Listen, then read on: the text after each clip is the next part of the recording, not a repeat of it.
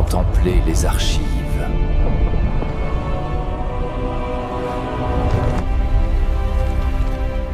Avant que l'humanité ne connaisse la peur, avant que le mot fin n'existe, une vérité attendait, suspendue dans l'invisible toit.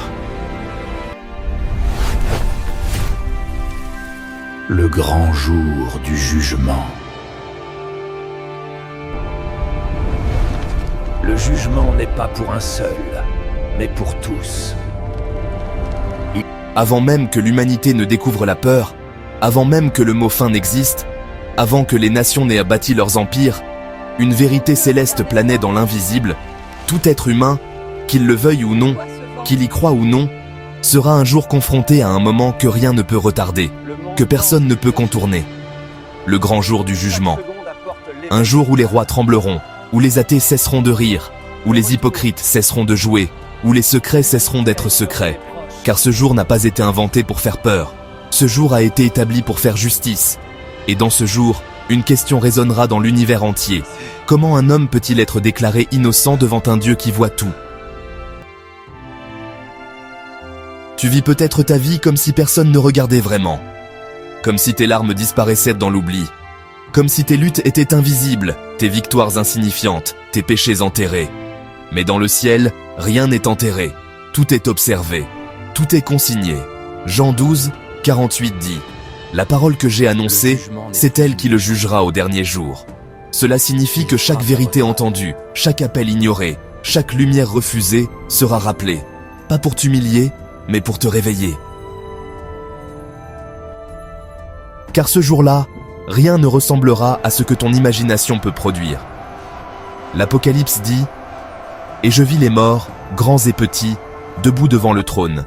Les livres furent ouverts. » Apocalypse 20, 12. Imagine la scène. Aucun bruit. Aucun murmure. Juste un silence qui perce l'âme.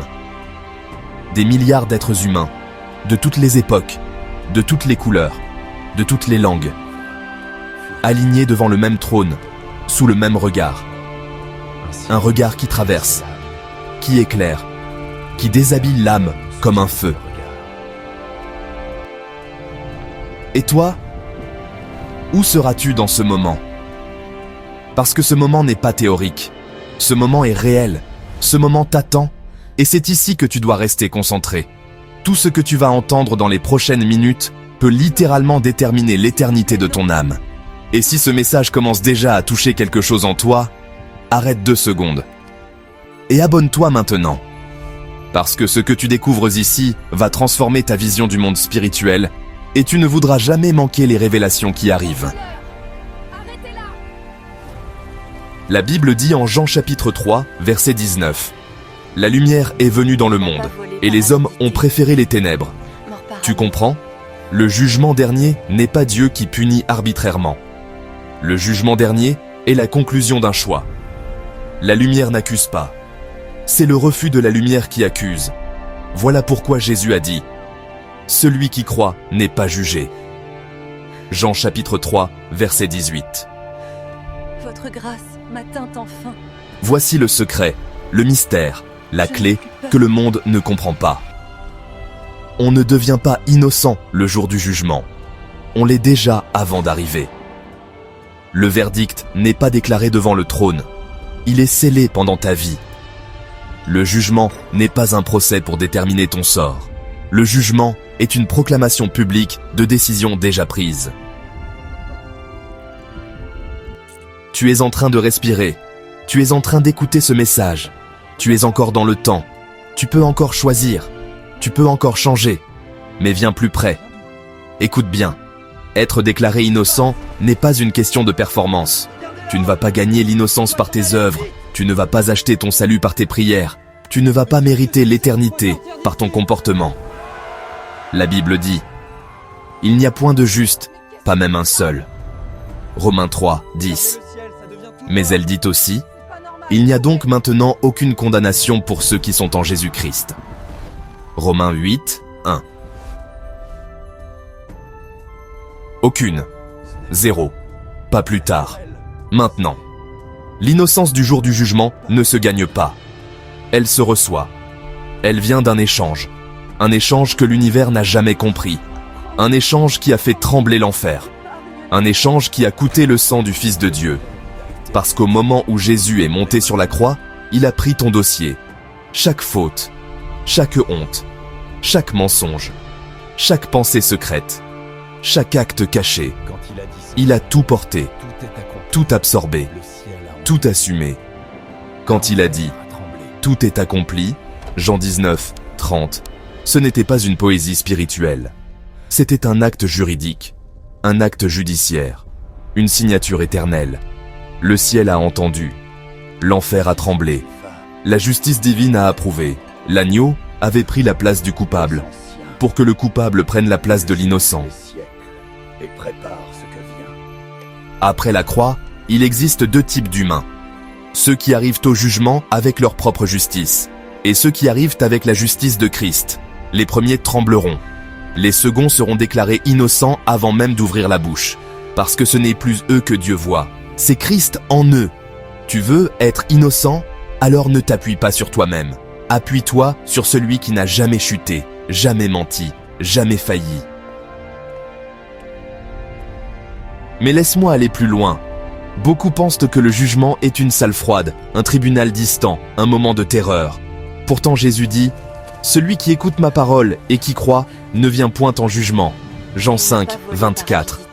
Pas parce qu'il n'y a pas de jugement, mais parce que pour eux, la sentence est déjà acquittée. Imagine ça, le jour où les nations seront terrifiées. Toi, tu seras dans la lumière. Le jour où les fous diront « Trop tard », tu avanceras avec paix. Le jour où les secrets seront révélés, tu n'auras rien à cacher, car tout aura été purifié par le sang du Fils. Votre grâce m'atteint enfin. C'est pour cela que tu dois rester jusqu'à la fin, Je n'ai plus peur. parce que ce que tu entends peut littéralement sauver ta destinée éternelle. Et si ce message t'impacte déjà, abonne-toi maintenant. Ne remets pas. Le royaume avance, et tu fais partie des âmes que le ciel prépare. Mais écoute ceci, être déclaré innocent ne signifie pas seulement être pardonné. Cela signifie être transformé. Cela signifie marcher dans la lumière. Cela signifie refuser la compromission, la haine, le mensonge, la vengeance, l'orgueil. Ce n'est pas une religion, c'est une métamorphose, une renaissance, une naissance spirituelle. Parce que le jugement dernier n'est pas seulement un tribunal, c'est un miroir qui ne reflète pas ton visage, mais ton essence. La question n'est pas « As-tu été parfait ?» La question est « Qui es-tu devenu ?» La lumière habite-t-elle en toi? Ou bien fais-tu encore semblant? Tu veux savoir comment les anges reconnaissent les élus? Pas par leurs œuvres, pas par leur réputation, pas par leurs prières publiques, mais par la marque de l'agneau, comme il est dit dans l'Apocalypse chapitre 7. Cette marque n'est pas un tatouage, c'est une appartenance, une transformation intérieure, une lumière qui ne s'éteint pas. Et toi qui regardes cette vidéo, tu dois savoir ceci. Si tu as encore la capacité d'écouter ce message, alors il n'est pas trop tard. Tu peux encore devenir cette lumière. Tu peux encore être déclaré innocent. Tu peux encore entrer dans cette grâce. Car un jour, oui, ce jour arrivera. Les étoiles tomberont. Le ciel se roulera comme un parchemin. Les morts sortiront de leurs tombeaux. Les nations se figeront. Et tous ceux qui auront rejeté la lumière diront aux montagnes « Cachez-nous !» Mais toi qui choisis aujourd'hui, toi qui sens dans ton esprit un appel, toi qui entends cette voix, tu n'as rien à craindre. Parce que le sang de l'agneau parle plus fort que tous tes péchés. Parce que la miséricorde de Dieu dépasse toutes tes fautes. Parce que la grâce ne te demande pas d'être parfait, elle te demande d'être sincère.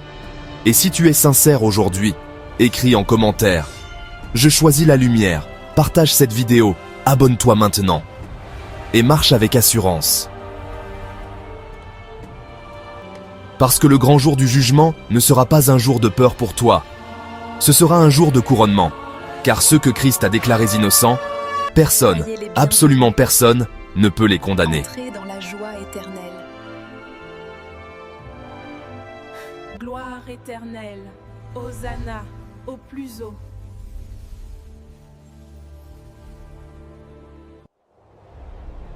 Gloire à toi, Hosanna au plus haut des cieux, bénis soient les élus. Pour ceux qui ont choisi la lumière,